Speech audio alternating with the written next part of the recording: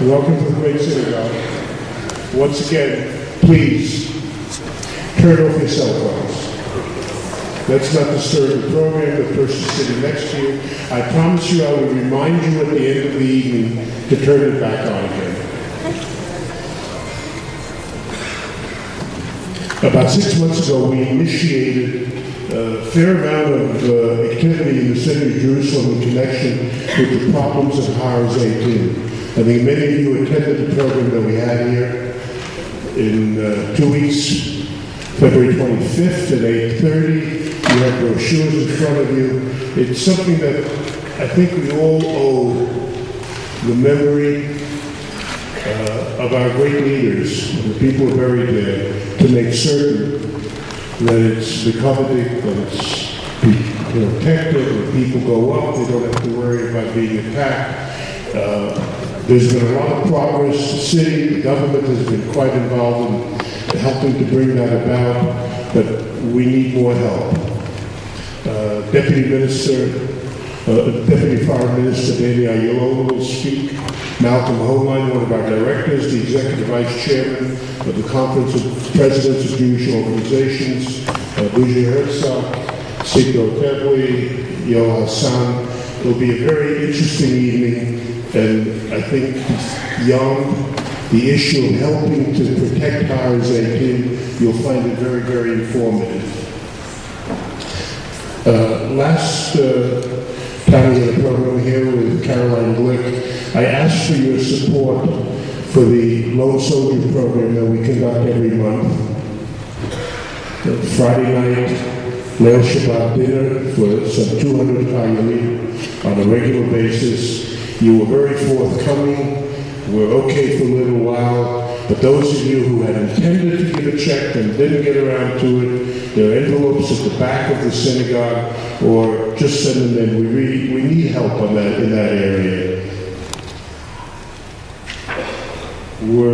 One of the reasons that these programs are so successful is that we included almost a dozen organizations, community organizations, Amid, OU, Young Israel, all who co-sponsored these programs. Tonight we're happy to add one more organization, the Beit Yisrael Synagogue in Yemin Moshe.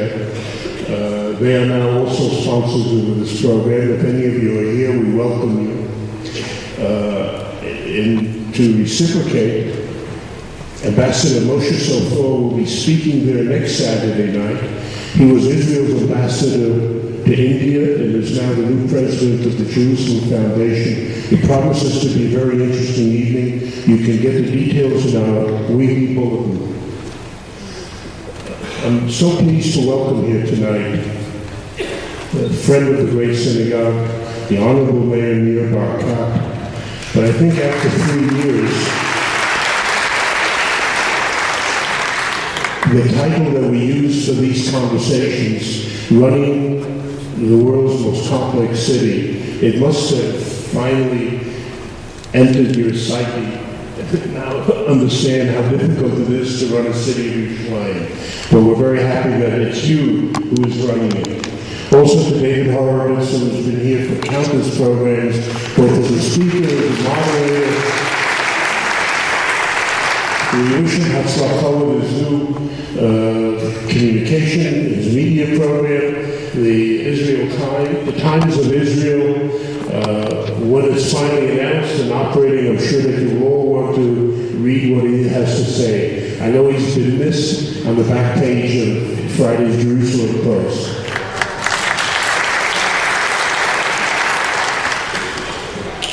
One of the first organizations that co-sponsored these programs with us was the AACI, the Association of Americans and Canadians in Israel.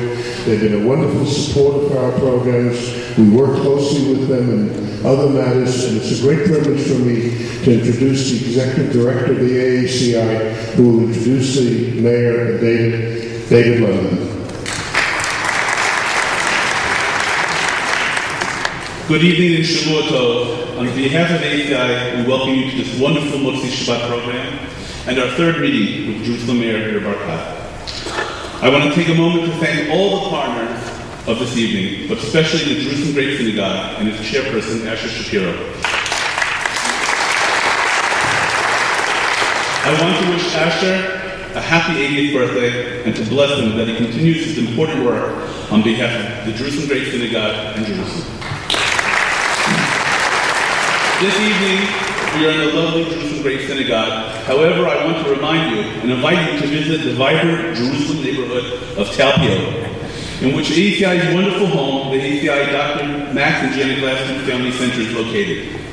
We are very proud of our home and the vast array of programs and activities that take place, which is in addition to our wonderful and excellent Aliyah and Klita counseling and assistance. I want to invite you to two special upcoming programs, a goods and services auction, which is really two auctions in one, a Chinese and traditional bidding auction, which will take place on Thursday, February 23rd. And in March, in honor of Women's Health Day, a full International Women's Health Day, a full day on women's health at ACI in March. In addition, ACI has a robust travel program with many trips in Israel as well as overseas. We have an upcoming Jewish heritage tour to the Baltics in May, a June trip to Croatia and Slovenia, as well as our signature cruises with the 7-night cruise to Greece in June and a 14-night grand cruise that highlights 9 ports of call, including Florence, Rome, Sicily, and 6 more ports of call as well. This cruise will take place in October. It's so good to see our good friend David Horowitz, formerly editor-in-chief of the Jerusalem Post. I believe in the near future you'll be hearing, as Asher said, about David's new work in the world of news and media, and I'm sure you'll be greatly pleased to read the Times of Israel. One of the first things that Mayor Barkat did on assuming office was honor ACI at a ceremony at the municipality for its contribution of over $1 million on an ongoing basis to the needy school children of Jerusalem who study at Zionist schools. ACI is proud of its ongoing contributions to Jerusalem's school children. I believe this signifies the mayor's understanding and commitment to Jerusalem's English-speaking population. I want to point out to the mayor that even though we are an Orthodox synagogue, we are all sitting together. I hope that tonight, that among the many subjects that you'll be addressing, you will also address that subject as well. On behalf of the Jerusalem Great Synagogue, ACI, and our many partners, I hope you enjoy tonight's very special evening, and welcome to the Mayor of Jerusalem, Nir Barkat.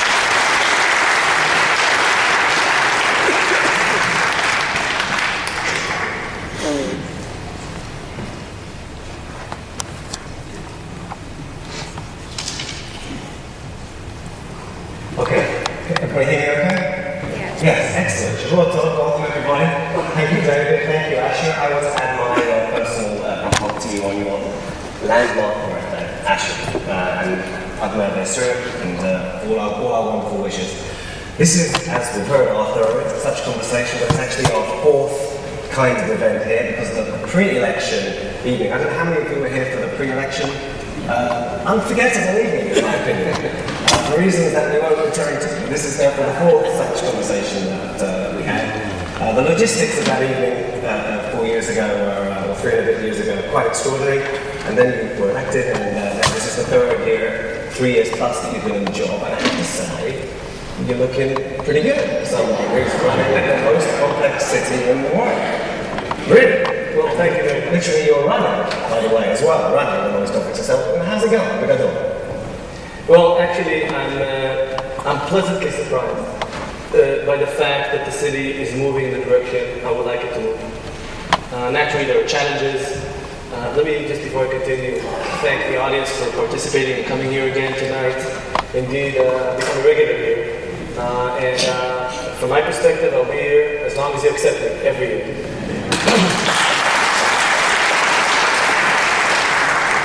So things are really moving. I've set a goal. That my wife tells me probably the best thing that happened to me is that I lost my first election. Because I had time, 5.5 years, to prepare, sharpen the vision, come with a business plan. And once I got elected, I knew and I know what I want to accomplish in terms of culture, tourism, business, education, and other initiatives. So coming well prepared and working with a very wide coalition with wide acceptance, or the Barkat plan prior to the elections is actually part of the coalition agreement. Everyone signed to that. Makes life reasonably easy to manage. And so I'm happy with the fact that the city is moving in the direction I want. Okay, so we'll talk about the specifics of your plans and things that are going well and things that are, shall we say, more challenging. I just want to, I'm not entirely sure how we could do this logistically. I know Asher and the Synagogue invited people to submit questions in writing, which some did and which I'll get to. But I'll say this, if people, without making too much of a fuss about it, want to ask questions, write them down, and somehow if you can get them to this end of the Bekneset, of the hall, to where David and Asher are sitting, I'll try and get to some of them as well, okay? Because the mayor has basically said, it would be a shame not to take burning questions if people have them. But let me start with what I think is the sort of hottest potato issue. It's not a specifically Jerusalem issue, but it's an issue that is playing out in Jerusalem. David London mentioned it in passing in his opening there, the fact that we're sitting together, men and women in the Orthodox Synagogue. We seem in Israel, and like I said, quite a lot in Jerusalem, to be in the midst of a new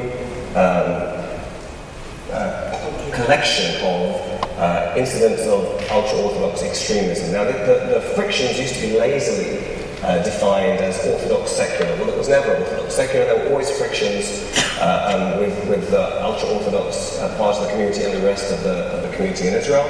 And I mean, just to put this into context, I think that on the whole in Israel, we did very well in building a first world democracy and at the same time having respect for the religion that sustained us in exile through the centuries.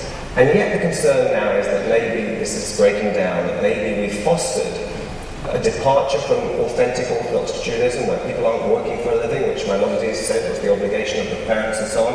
First of all, how troubled are you? How extreme do you think the ultra-Orthodox community is in Jerusalem? What steps are you taking to grapple with it and so on? Well, I think it's important to understand the bigger picture. I'm happy this subject came up because it always was an issue and probably always will remain an issue, that you have some people that prefer gender segregation. It happens in some of the synagogues. So it's an issue that we have to manage wisely, probably for long periods of time. Let me tell you a little bit of what is happening with the ultra-Orthodox community, which I'm really happy with. We did a job fair 5 months ago because we see growth in the demand for getting jobs in the ultra-Orthodox sector. You know how many people showed up to Binyanei Uma? It was a municipal job fair. We did not know how many people to expect. 4,000 people came. 2/3 women, 1/3 men. Applied for 600 jobs that were open there. And what was interesting was the municipality managing it. And we had the deputies, the ultra-Orthodox deputies. It's accepted. There's growth in the number of ultra-Orthodox people going to the army. They were concerned many years ago that if ultra-Orthodox boys go into the army, they come out secular.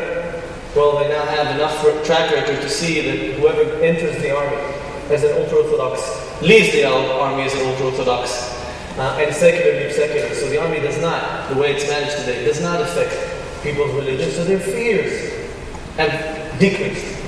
And you see that the ultra-Orthodox leadership is, in my mind, changing mode. That's a very positive thing. But usually good things don't sell newspapers, so not a lot of people get to know the positive trends. With respect to gender separation, I have to admit that we have 31 council members, 12 are ultra-Orthodox. Could you guess how many of them support gender separation, segregation in public areas? None. Not one. There's not one council member in the city of Jerusalem that is supportive and pushing or ask me or anybody in the municipality for gender segregation. There was an incident in Mea Shearim last Sukkot where the Edah Haredit, which are the ultra-Orthodox, quite extreme, they have in their synagogue, which is right next to Mea Shearim Street, they have a big event and tens of thousands of people come. And what they've done illegally is try to manage the separation between men and women going into the synagogue to the street level. And because they had so many people, they were concerned about how do they manage the safety of all the people. There was an incident a year and a half ago, and the police told them they're not allowed to do that. And so they decreased the size, but still they were in the public areas. Well, we negotiated with them, and we explained it to them. And since that was last Sukkot, we at least explained to them how to solve the problem. And even with them, I prefer to sit, the police and the municipality, to sit and explain to them what they're not allowed to do. And they're playing ball. And I believe, hopefully, we've solved that specific point problem. There is a problem all across the country with bus segregation. It's a national thing. I'm happy this thing came up because it's illegal and it's wrong. And we should manage it. Manage it meaning saying it's not allowed and make sure that it doesn't continue. But if I have to put this in a little bit a bigger perspective, believe me, I have bigger challenges. We have bigger challenges in the city of Jerusalem. Even with the relationship with the ultra-Orthodox, which in my mind are heading north and not south, I think there's lots of respect. I've gained trust of their leadership, and hopefully it's mutual, so that we can actually do many, many things together. The common denominator with them is so much greater. And just bear in mind that they understand it's illegal, they're not pushing for it, for sure not to impose things on the general public, and hopefully we'll be able to manage it in a proper way. Okay, that's a very mild and encouraging response. And yet, apart from the incidents you cited, you've had cases where there was a community council election and women were sort of thrown out of the polling station in their sharia. You had incidents of shops that have been putting up machitza. Members of my own family who had to go to their sharia and I started to worry, can I go there? Even modestly dressed. So maybe tell us a little bit more about your dealings with the people who speak for this community, and are you truly convinced that what are making the headlines are marginal, unrepresentative acts of extremism that you think will be marginalized still further? The Aida Haradit are 2% of the population of the city of Jerusalem. They're 2%. They don't vote for the government, they don't vote for the municipal elections, they don't have any representations. But 2% of 800,000 people is 16,000 people. So it's not a small group in absolute numbers. And the way to deal with them is through police and the law, and not fear to deal with the situation. I don't see shift that the 2% is becoming 30% or 20%. That's not the case. If anything, I think the rational, vast majority of the ultra-Orthodox communities are not with them on this point, and not with them on other points. When there was, remember a few years back when I was throwing stones at them. The vast majority of the ultra-Orthodox community went against them, big time. So the challenge is to maintain a good relationship with the vast majority of the ultra-Orthodox, which is a huge common denominator, and deal with it. I'm not saying that they're not issues. On the contrary, I think every time we hear something, we have to deal with it with bravely enough to condemn it. To condemn it, and to make sure the police and whoever is responsible to deal with it directly. But again, I think we mustn't get thrown overboard as if though that there's a negative paradigm shift happening. That's not the case. Didn't you send the wrong impression by firing a member of your coalition, Rachel Azaria, who had complained about the segregated sidewalk issue? I understand that you had a concept of loyalty to the coalition and so on, but wasn't she highlighting something where you should have been on her side of the argument? I was, and I am. And I told her. And indeed, there's no change in my attitude. But imagine we have a coalition, I have a coalition, managing a coalition of 29 to 30 council members out of 31. Can you imagine a minister in the Israeli government taking a lawsuit against his own government? It's the first and last time a member of the government of the municipality of Jerusalem sues the government. You can't do that. It's against the rules. And God forbid if I would have went on with life. Every second day, another member of the and by the way, I had a few cases like this where the friends from Meretz wanted to sue the municipality for something, whatever, neglect. And I told them, you can't do that. But tell me what the challenge is. Let's deal with it together. We are in charge. So if you think we didn't do anything right, tell me what else we should do, and let's deal with the situation. But you can't sue your own government. It doesn't work. So it's a technical fault that if I would have not moved on, I know we would be busy in Jerusalem explaining to the courts why the members of the government are suing the government. Is the root of the tensions, shall we say, is the flaw, or one of the major flaws, the way education works in Israel? And I know that this is not solely your prerogative, but we have essentially segregated educational systems. I don't mean simply men and women. I mean that different communities, different parts of the spectrum of education go to entirely separate school systems. Is that something that you would like to be able to address, or is it something that's just beyond my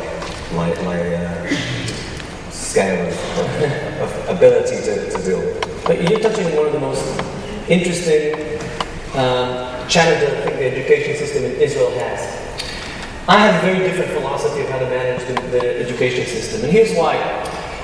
In Jerusalem, you have Mamlechti schools. You have Mamlechti Dati. In the middle, you have Mamlechti that act like Mamlechti Dati, like Keshet, and Mamlechti Dati that act like Mamlechti, that's Dro and others. And then you have Chardali, Ahavat Israel and others. And you have such a huge array of different schools that everyone is creating his own different set of rules. And none of them fit the pattern. We have more different that don't fit the pattern than the ones that fit the pattern. Now, to try and impose a philosophy, an education philosophy on Jews, try to do that. It'll never work. So everyone is sure that their way is the best way. And I'm not in a position to tell people what's right and wrong when it comes to Jewish education and other elements of education. I think the right way to do it is expand the horizon and enable everyone to be part of the education system. And put an X price if you take mathematics and English and Hebrew, and Y if you take another subject. Price your subjects and let the schools choose what they want internally.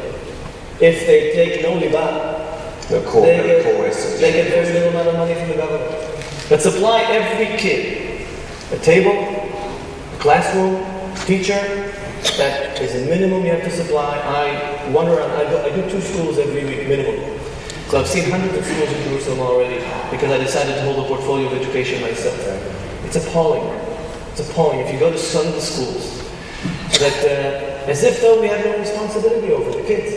But it's the vision you're setting out there, it's as though we have to sort of extort them to teach core subjects. Do we not have the authority to impose on the school system that they teach the core subjects that are essential? Personally, what I've learned is that if you try to force people to learn something, you get the exactly the opposite effect. My experience is opt them, enable them to learn, and when they don't feel threatened by the power of the law, you get much, much better results, especially when it deals with education. And I wanted to tell you that lately I see, both in East Jerusalem and in the ultra-Orthodox schools, they optionally pull a lot of things because they understand what's good for them. They understand the best what's good for them. So I'm not part of this group that is panicking over the fact that Liba is not taught in ultra-Orthodox schools. I will opt them, probably a different view than the main traditional view. Opt them and help them catch up big time if they would like after school. By catching up after school, they understand what they want in school. For example, the Ultra-Orthodox College of Adina Bar Shalom, she's the daughter of Rabbi Ovadia Yosef. She started the college over a decade ago with a few dozen women. Now, last year, or this year, she has over 1,000 students, Ultra-Orthodox students, 800 women 200 men, and we have to allocate place for her in Jerusalem to scale to 5,000 students. The challenge is now 5,000, today 1,000 students, ultra-Orthodox college. They get a degree in different subjects, and all of a sudden they are thinking to themselves, why can't we teach some of those subjects earlier in school? So the demand is now going vertically back to the schools, to the high schools, in the Sephardic schools and in other schools that have more flexibility. So again, I think if we want to be right, you may come with force of law. If you want to be smart, make it a little bit different, you get better results. Okay. Now you mentioned in your previous answer, you gave some numbers there, which are really interesting. So you've got 2% of the city, you say, comes from the Haredi sector. So give us a little more of a sense of the current demographics of Jerusalem. To be political about this, your future in a way hinges on the demographic makeup of the city, I would say. But this is all of our city, and we're all, I think, very interested to know where the numbers are going. Well, let me give you a very interesting statistics on the number of kids learning the education system. In the term of the predecessor of Briansky, the Mamlachti schools shrunk 12% in absolute numbers. The Mamlachti Dati shrunk 7%. It's just the state schools and then the state religious together. State school and the secular and the national religious schools. I prefer the word Mamlachti than Chiloni. Chiloni in Hebrew means Zad. Strange. Yeah, foreign. And I don't feel. Good. Yes, I feel Mamlachti. So sovereign, regal, statesman-like. Very good. I own this place as much as anybody else. That's right. So when you look at the numbers from the beginning of this term, my term, Mamlachti is up 1%, and Mamlachti Dati is up 3%. Now kids don't stay on their own; they stay with a family. Now that's big changes. From -12 to +1, from -7 to +3. That is big numbers. We see that Jerusalem is becoming more attractive for the Zionist population. We see it also in polls. We see the number of kids. We see the number of jobs, the number of people coming to enjoy our culture and tourism. And we're starting to look at other parameters. But the bottom line is we see a beginning of change. It's early, I think. To stabilize that, I need minimum of another 7 years ahead, if not more. And I'm here to stay for a long time to make sure that this change continues. There's no turn, right, from Mayor of Jerusalem? No, you just keep going and going and going. Yeah. When Margaret Thatcher said, I'm going to go on and on and on, that was when it started to go downhill for us. One term at a time. 2 to 3 terms. Okay, that's it. We heard it here first. 2 to 3 terms. Okay, good. But you gave us some statistics. Broadly speaking, if you do the breakdown of the city, ultra-Orthodox, modern Orthodox, secular, Arab, how does the 800,000 or so break down? Well, we are about 33% Muslims in Jerusalem, 2% Christians, 65% Jews, out of which 20% are ultra-Orthodox, and 45% are Zionists, what we call Zionists, which are Mamlachti Dati, and Masorti, which are ones that call themselves Zionists. The ones that serve in the army, that usually live in the same neighborhoods, and etc. So that's the breakdown, and the challenge is how do we manage demographics? In my mind, 2 things have to be done. The first is create jobs and make Jerusalem a very attractive place for the young Zionist population that has left. Create a better education system. We know there are 4 elements that influence negative migration from Jerusalem. The first and by far the number 1 is jobs. If somebody cannot find a qualified job, he leaves. They have no choice. The second is price of housing. We are very dependent on the government for that. And hopefully after the last events in the summer with Trachtenberg concept. Hopefully we'll be able to push and break through some of our concepts that we've been pushing for a while. Education, which I believe is doing well. If you'd like, I'll expand on that in a minute. And general atmosphere, feeling of this is a city I feel for, I belong to it. We're making progress in good progress in three of those. In price of housing, we're still struggling because of the dependency of the government. So if we push on those four, you will see that each one of them separately and all four parameters together influence migration. Because we don't have to convince the young population of Israel why living in Jerusalem is a good thing. Thank God, 3,000 years of history. The young population, even the ones that leave, 70% of the ones that leave don't want to leave. So we don't have to convince them why to stay. We have to provide them the practicalities, how they can stay in the city of Jerusalem. So tell us some of the specifics in terms of job creation, things that are changing for the better. Well, bear with me one more minute. Now, with respect to East Jerusalem, my goal is to improve the quality of life. Improving quality of life directly also influences price of how Yoker Michel. Can you say Yoker Michel? It's not standard. The quality of the price of it. Usually, when quality of life goes up, so do the costs. And I believe that the costs associated with improving quality of life in East Jerusalem mediates growth in a way that can be managed in a smarter way. There's direct correlation between economy and low rates of crime and violence. And also we know that when people have lots to lose, they play ball. I also know that if the price is high, people don't run fast to build illegally, because if you pay for every building that you develop, it is extremely effective in decreasing illegal housing in Jerusalem. So long term, when you improve quality of life, the city will enjoy this big time on all parts. It's about economy. Improving our economy will help us stabilize and improve the situation Jerusalem is in. Now you asked me about just briefly some of the job creation programs or successes and so on. Well, let me show you the strategy. I think the strategy is something that I see how it's starting to work. I met, when I was in opposition, when I had time, Professor Michael Porter from Harvard Business School. He's one of the leading people in the world in the competitive strategies.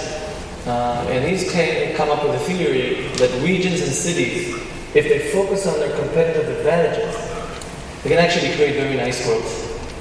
Coming from the high-tech sector, from the business world, as an entrepreneur, I really like that idea and worked with him 8 years now. He's working with me pro bono. He's a Harvard professor in Boston.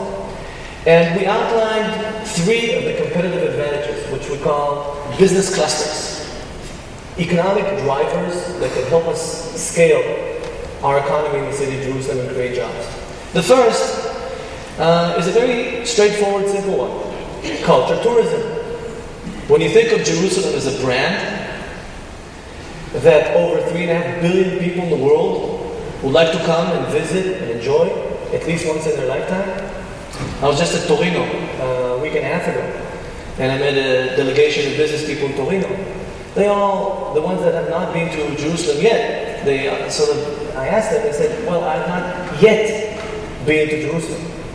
And of course, they have to come to Jerusalem because I want to make sure they miss out on life if they don't come to Jerusalem. Integrating culture to tourism creates interesting ideas. The marathon that we did last year, after we talked here, I think, in March, brought 10,000 people to the city. We're going to have another one, hopefully more than 10,000 people, next month, March 16th. And you're running. Of course, I'll do the half marathon, yes. You're welcome to join me, by the way. Then we have the season of culture, Jerusalem season of culture. We have the Light Festival in the Old City, the Night Festival in the Old City, Balabasta in Machne Yehuda. And you see that we've prepared the opera. We are heavily invested in culture in the following way. First of all, infrastructure. We've created Mazi, the new Mazi building. It's the new Mazi Theater. Hensen Theater. The Hensen building is going to be for culture. It's going to be next to Teatron Yerushalayim. In Menorah, we're investing, big investment to create more culture right in Jar Macha. That's 15,000 square meters of culture. We're investing in expanding tennis stadium to 31,000 seats, so we can bring the Maccabi games as of summer 2013. We're building the hall for the Echad HaPais hall for basketball 20 times a year, but also events for over 100 times a year. That's a hall for 11,000 seats with a roof. All these investments in infrastructure are to enable expansion of business aligned with a vision of bringing more and more people to the city of Jerusalem. Side by side to that, we're also expanded over tripled the investments in cultural institutions in Jerusalem. And we've created doing business in Jerusalem for culture and arts much more attractive. And all of a sudden you see huge numbers. We have this summer triple the amount of events we had 3 summers ago. And so it feeds itself. You will see next month the new tent that we have in the old train station. We actually have 2 tents. One for, have you heard of the Irakerach? This is the city of ice. That we expect to have over 300,000 people in 3 months. There's a new bid that is just now launched to build the new Tachana, the old train station. It's going to be a place for lots of restaurants and some culture, side by side with Zappa and expansion of Khan Theater. And we're actually building 2 cinema cities. One in the entrance of the city and one in the southern part of the city, each with over 16 cinema theaters. So all these investments together are now becoming a real critical mass that enable to scale the culture and enable more and more tourists who come and enjoy the city. So it's part of the vision and the strategy. I have to thank Prime Minister Netanyahu and the Israeli government. Prime Minister Netanyahu deeply agrees and understands and bought into the concept, the Porter concept, cluster theory. And just last Jerusalem Day, almost a year ago, we received a very nice package of incentives and capital, 350 million shekels to be deployed in the next 5 to 6 years, which actually help us boost and create tax incentives to boost culture tourism, health life sciences, and outsourcing of professional services. These are the 3 engines that we are pushing. So to summarize this point, it's really, I believe, very intelligent, practical approach of how to do business development in the public sector. It's very well aligned with the government. And we see very good initial results that indeed these markets are expanding and creating halo effect on the rest of the business in the city. Let me take you to, again, something you mentioned very quickly before, which is East Jerusalem. And I know you spend a fair amount of time in East Jerusalem. And I think I'm most interested really to get your sense of atmosphere there, of attitude to the fact that you are the mayor of a country that claims sovereignty in a part of the city where, as far as I understand, most of them do not want to come under Israeli sovereignty. How do they react to you? What is the mood in that part of the city? Is the city doing what it ought to do? Is it doing right by the residents of East Jerusalem? Well, I have news for you. And I invite you to Google the Washington Institute. They've been doing polls to get public opinion of the Arab residents of East Jerusalem. And you see very nice growth and satisfaction. The last poll was done last September. It's an independent poll. And compared to November 2010, you see their satisfaction grew from 44% to 56% in 1 year. General satisfaction and quality of life in Jerusalem. The vast majority of the Arabs in Jerusalem prefer to be in the Israeli side. They don't want the city development. You see nice growth, or dissatisfaction went down to 15% from 36% from some of the services in the municipality. And you see that they acknowledge and understand that we care for them. And I want to tell you some of the things we're doing in East Jerusalem. It took us time to figure out how to boost and catch up with buildings of schools, classrooms in East Jerusalem. The shortage is about 1,000 classrooms in East Jerusalem and about 1,000 classrooms for the Orthodox community in Jerusalem.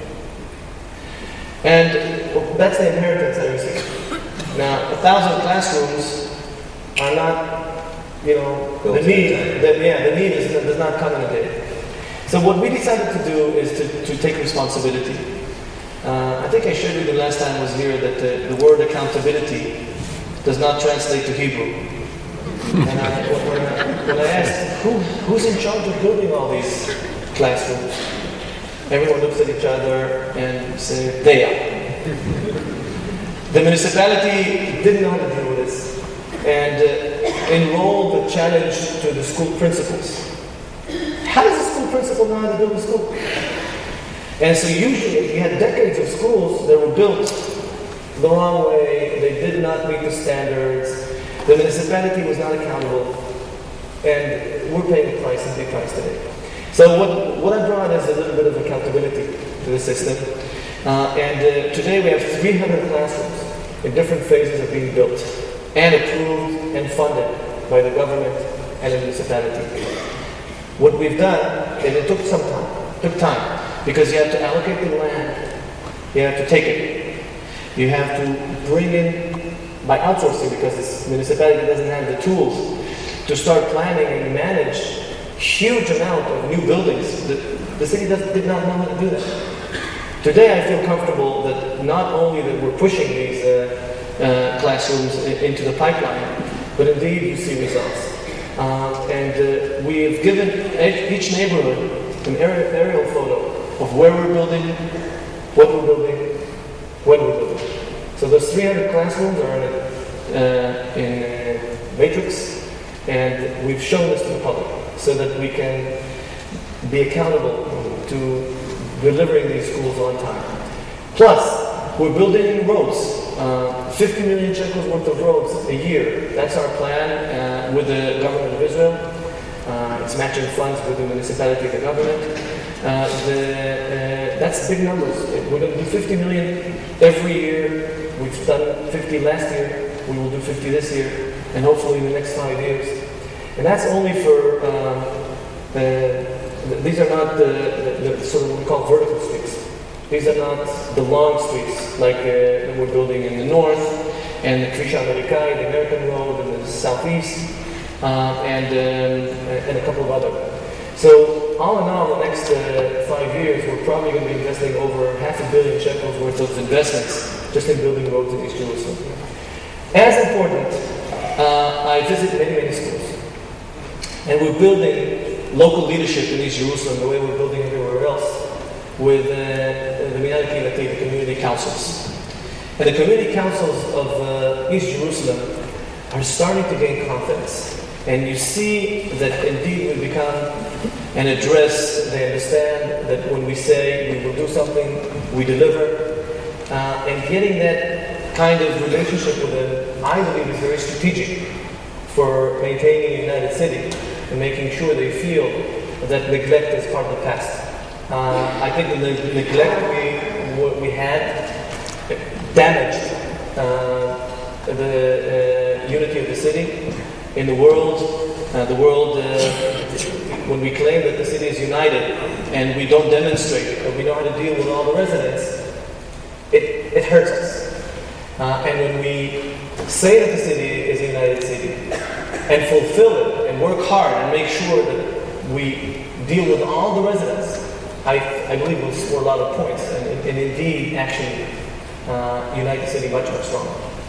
It's very interesting, and just to follow up on that a little bit, there are nonetheless, and maybe this is a relatively isolated case, but you have parts of Jerusalem that are actually on the other side of the security barrier. I'm thinking of the Calandia crossing, for example. Do you worry that if the whole sort of unilateral statement gambit gathers pace again from the Palestinians? Do you worry about the potential of quote-unquote non-violent protest turning into something really problematic for the city? Lots of people marching, challenging the capacity of the authorities to maintain calm without resort to violence, without a deterioration into violence. Are you worried about that? Well, they say that in the Middle East it's hard to predict the past. So I'm not sure I'm willing to predict what can happen. But the strategy must be improve the quality of life of the residents of Jerusalem. Improve the quality of life, improve their feeling in the city, make sure that they have a lot to lose from quality of life in Jerusalem. And as long as that continues and that trend goes north, I believe that the rationale for any kind of violence within the residents of Jerusalem is not going up, it's going down. From the sources I have, and the police and other security forces, this strategy has merit, and we do see decrease in tension. You also see less violence. I believe things are connected. And so whatever can happen from the other side, I don't know. But we should prepare for every, God forbid, any kind of attack. I think you used you did tell me accountability joke last time. The Hebrew word, of course, achayut, it's no responsibility-ness. I always tell that joke. Yeah, but nobody knows what it is. I'm upset that you started telling me. But I think you used it in the context of the light red. I think you said, I inherited the system, and I said, who's in charge? And they said, is. So I have to ask you about the light red. First of all, well, the light red actually started since we last spoke here, which is a wonderful and long overdue achievement. Okay, so a little bit of applause. However, of course, no good thing comes without all sorts of negative consequences, like the fact that the wonderful shuk, which you rightly mentioned as being, those of you who haven't been to the shuk on a Thursday evening, for example, you should go. It is the hottest spot in the city. The consequence of the light rail, of course, all the buses are going up on Ripper Street, or rather are stopping on Ripper Street and staying on Ripper Street. I mean, that is ridiculous. So what can you do about that, Mr. Mayor? It's not good enough. Well, I think that the challenge of getting everyone to sit on the table and define milestones and get accomplishments done proves itself. It's already over 2.5 years. It took me about half a year to make sure people sit down and change their mode from blaming each other to problem solving. I also remember about a year ago, I pushed the Israeli government, the transportation ministry, to start working. It reminds me of a joke that they once came to the Minister of Finance in Israel, Sapir, and they asked him, what do you think of moving to 5-day working day? And he said, let's start with 1 day, move to 2 days, and then continue to follow. And the train was not running. They explained to me that if the service is not perfect, let's not start, because it may have a negative effect on people. And then they won't want to ride the train. And I said what I said. I don't want to say it in English. It's not nice. But I said that's the wrong approach. The approach is let's start with 1 day and move to 2 days. Let's start slow, get people on the train, and slowly but gradually converge and stabilize the system. God forbid, could you think what would have happened in the city if this train still would not have taken passengers? Because it's still not perfect. So we started off, it took 90 minutes from side to side. We said that until it takes less than 10 minutes from train to train, we will not change the routes of the buses on the southern part of the city. We are now, last week, are down under 50 minutes from side to side. 48 minutes from side to side. And our intention is to get to about 43 minutes and stabilize the system. So there are some systems that are still not stable. We had problems with aligning it with the buses, and we had some challenges on the system. The system still does not know how to work when there's a delay. The delay recovery is not as good as we would like. But it's getting better from week to week. And I feel that and we're always going to have some challenges in the train, I have no doubt. But I feel comfortable that it's a learning system, and indeed we will get better by the week. I could have taken the approach of fighting the government and explaining to the government why we've been paying such a heavy public price. But if you fight the government, you don't get their backup. Today, when we come up with a problem that we believe needs addressing, the contract that on the train is about 10 years old, and naturally doesn't deal with all the challenges. So today, because we got goodwill with the government, we can really influence them and get them to help us. And that good relationship is around how to do service, how to do better service to the residents. And I do think it's the proper approach. And sometimes people, complain, and they're true, and they're right. We listen to the complaint, we analyze it, we seek measures for how to fix it, and if it's a problem, most of the problems we know how to fix. What that bought us, by the way, let me share with you some of the next step. We've converged rather than just do one and that's it. We are now building the next two lines. The next line, the first line, by the way, is called the red line. We are now working, you probably see in Kiryat Yovel, we're going towards Hadassah in two phases. One phase is going to be to Tzomet Oa, and in parallel we're trying to see the next phase will be how to get to Hadassah.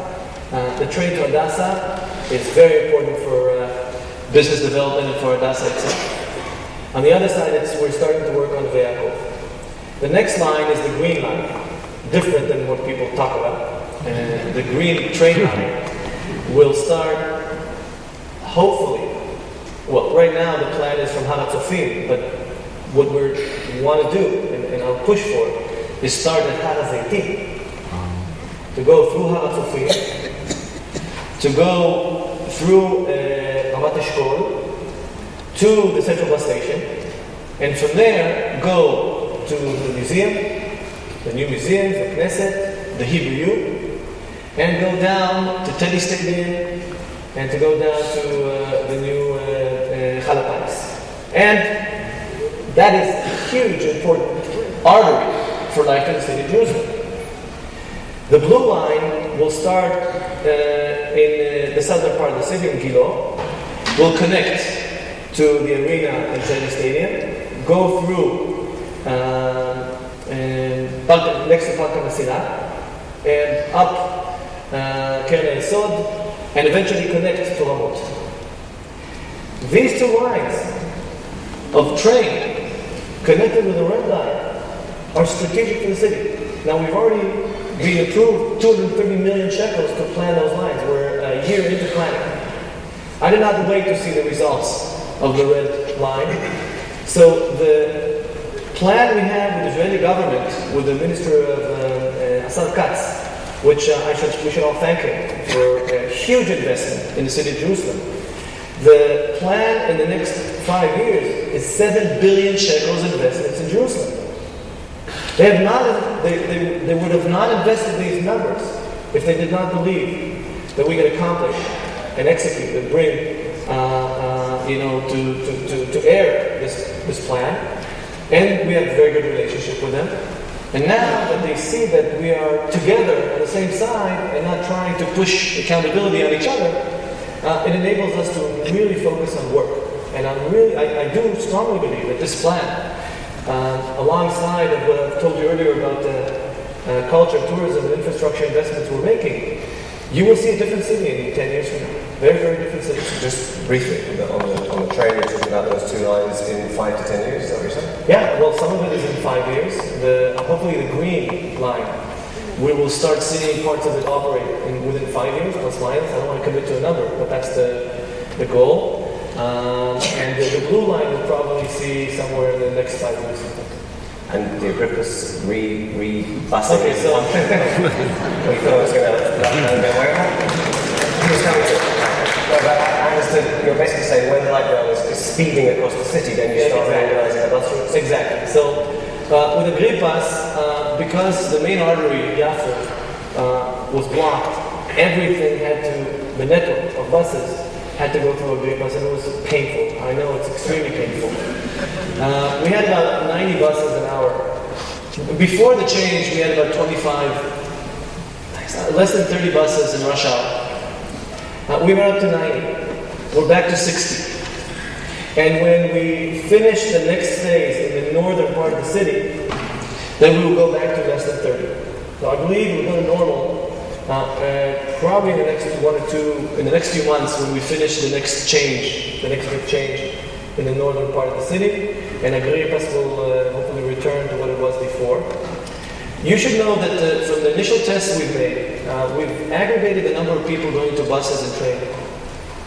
And we see growth in the number of people using public transportation in the southern part of the city since we made the change. So you should, if this indeed, we're now 60 to 70,000 passengers a day. It could be, we're checking travels, 60 to 70 travels a day. Some of the people are going to go twice. That is big numbers.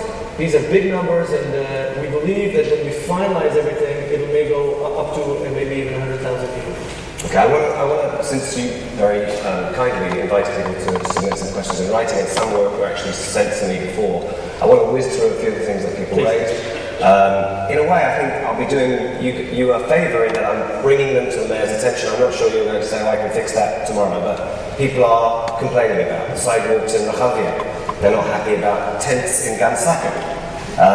This person lives on, I don't know if it's signed, forgive me, lives on Rehov Keren Kayemet. The sidewalks are treacherous, so there's complaints about sidewalks.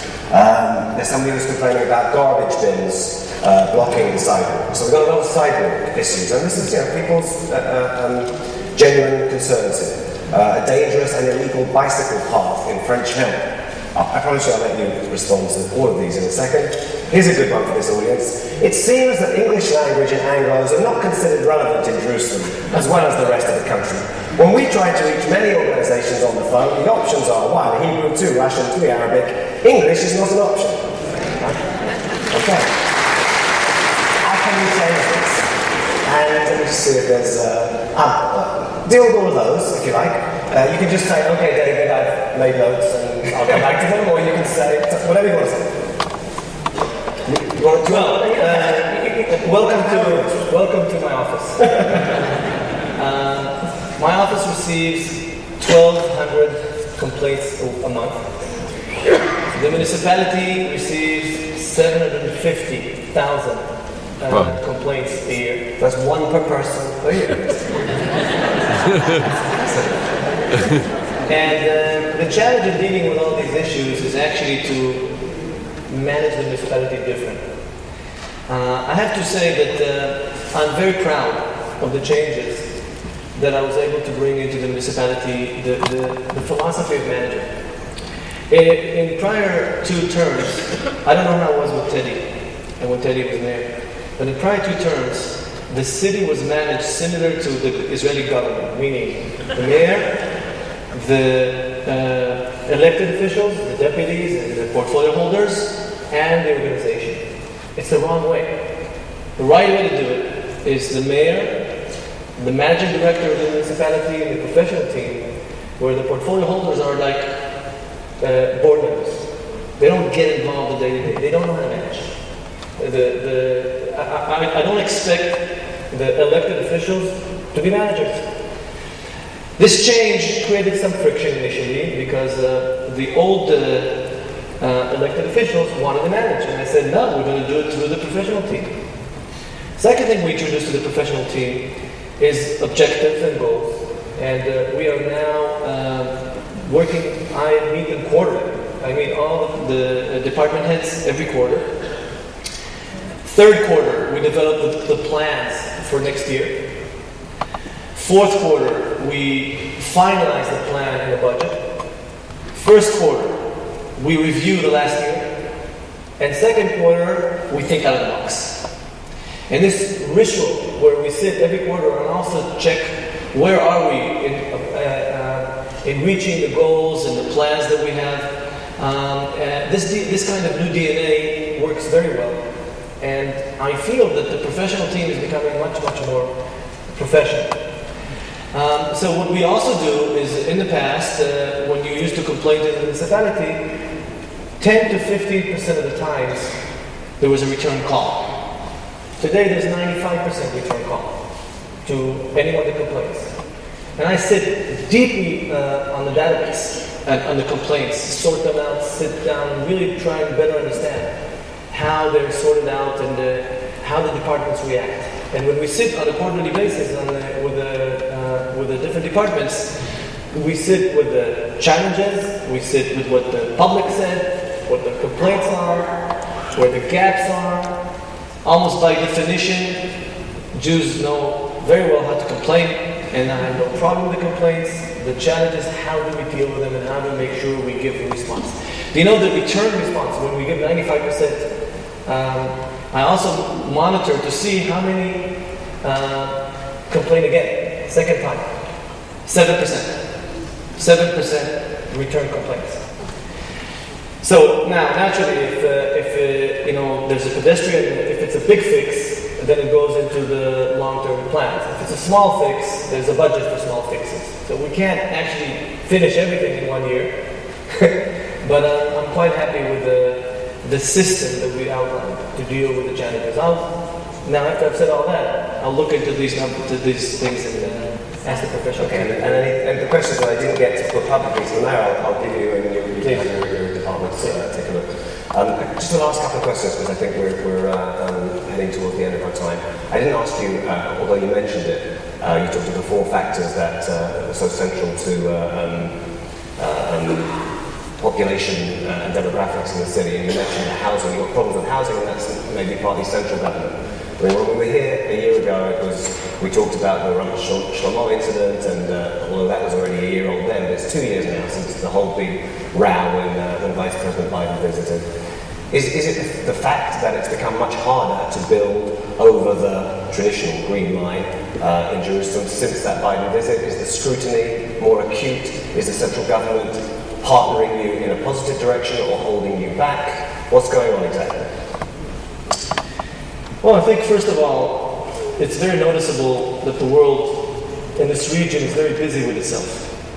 The Syrians are busy with themselves, the Egyptians are busy with themselves.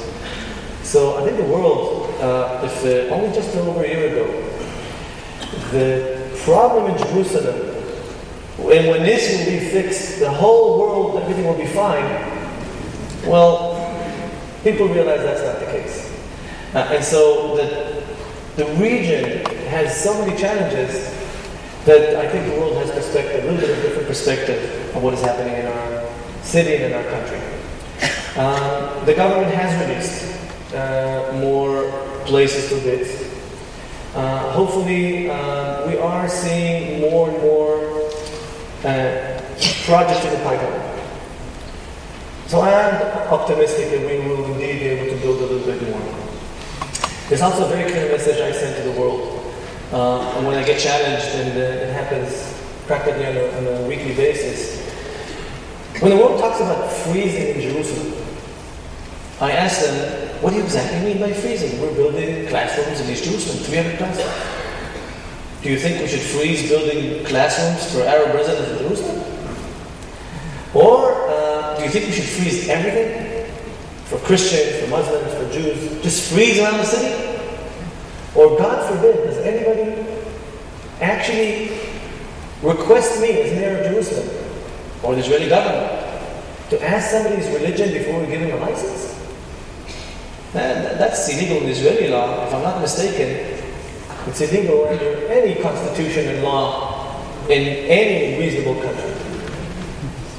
And when I ask them this question, they usually don't come back, because they understand that they have triple standards. They're requesting something from us. They would never, ever ask for a mayor of Torino. I was in Torino a week and a half ago. I asked them, in the group, I said, does the mayor of Torino, does anybody in his wildest dream think that the mayor of Torino should ask somebody's religion before giving the license? And so, usually, they just don't come back.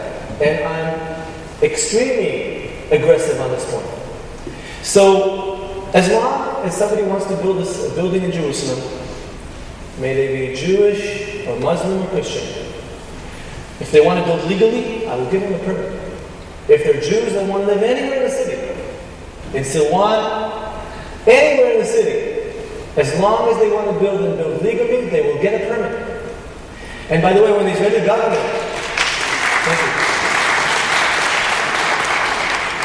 And when the Israeli government bids the land, it also is not allowed to ask the bidders what their religion is.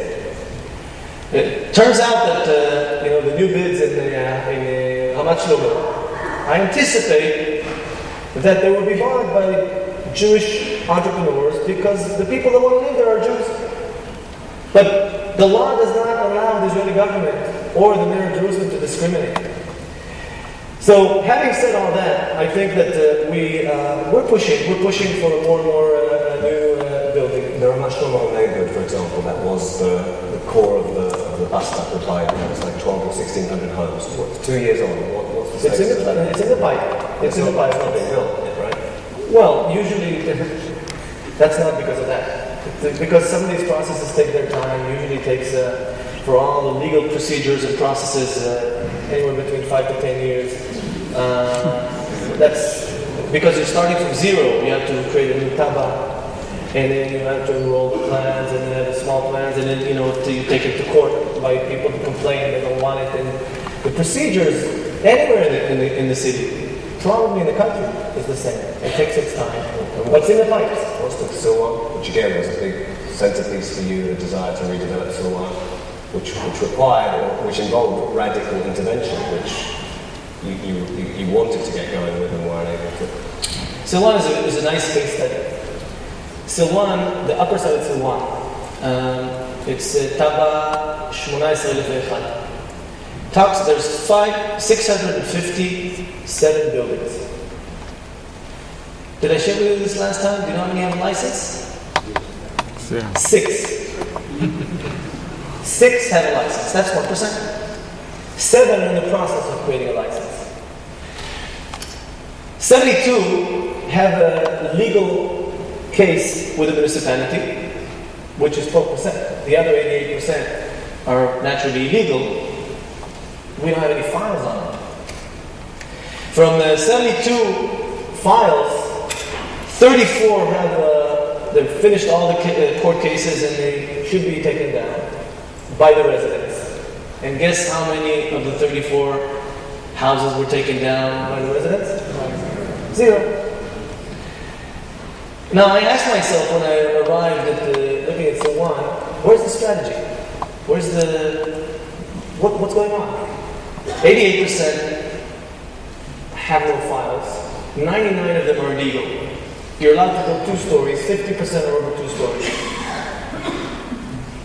How do you So I had 2 bad options. The first bad option is to continue being an ostrich, do nothing, complain here, complain there, but strategically not deal with the situation. The second bad option is to take 651 structures to court. I'll give you the extrapolation. In East Jerusalem, we have about over 10,000 apartments that are not registered, and over 20,000 with the Averot Bniya. Okay, so we have 30 to 40,000 structures. Do you think it's wise to bring 30, 40,000 cases to court? That's a bad option. So what I decided to do, for the benefit of the residents and for the benefit of being sovereign and taking responsibility and accountability on the situation, is press the restart button and start rezoning neighborhood after neighborhood. And we did the rezoning of Silwan. We enabled up to 4 stories. We looked at we overlaid the old law, the old taba, with the reality. And figured out how can we create less friction, not a lot of friction, less friction with the new law, with the new taba. And that plan I brought to the municipality. Now in our coalition we have Meretz, and we have Mafdal, and we have ultra-Orthodox and everything in between. How many people do you think objected to the plan? Not one. Not one. It was some abstain because they're not sure, but not one objection of the municipality. This is a plan that is mainstream. The goal is to improve quality of life, to register, enable registry and permits of 95% of the homes. There are violations. Some of them are 21, 22 of the houses are over 4 stories. Then we'll have to deal with them. But generally, it's the most reasonable way of how to become Ribon in Yerushalayim, in neighborhoods that have been neglected, not agree with the situation and understand we have to fix it. It takes its time, but I believe that even there we're in the right direction. And hopefully in the future, we'll be able to pass it in the government and with the residents. I know Asher wants to wind up. I'm going to ask you one very final question, which was actually mailed in ahead from our friend Toby Willick, who asks, what are you planning for the 45th anniversary celebrations of Jerusalem next year? We're still planning. We don't have any, we're open for good ideas. But I think that the best celebration we can have is to continue the positive trend in Jerusalem and make sure that the city becomes more attractive and we're building on the young population. I have to tell you one more thing, if we could. I'm an optimistic guy. I mean, entrepreneurs usually are very optimistic. But I do see how the city is changing. And I do see that the plans that we've laid out are slowly and gradually moving in the right direction. And I'm building on the young population. I want to tell you that the young population are taking responsibility. There are new communities, there's new teachers and principals, there's a new wave of very patriotic young people coming into the city and taking responsibility.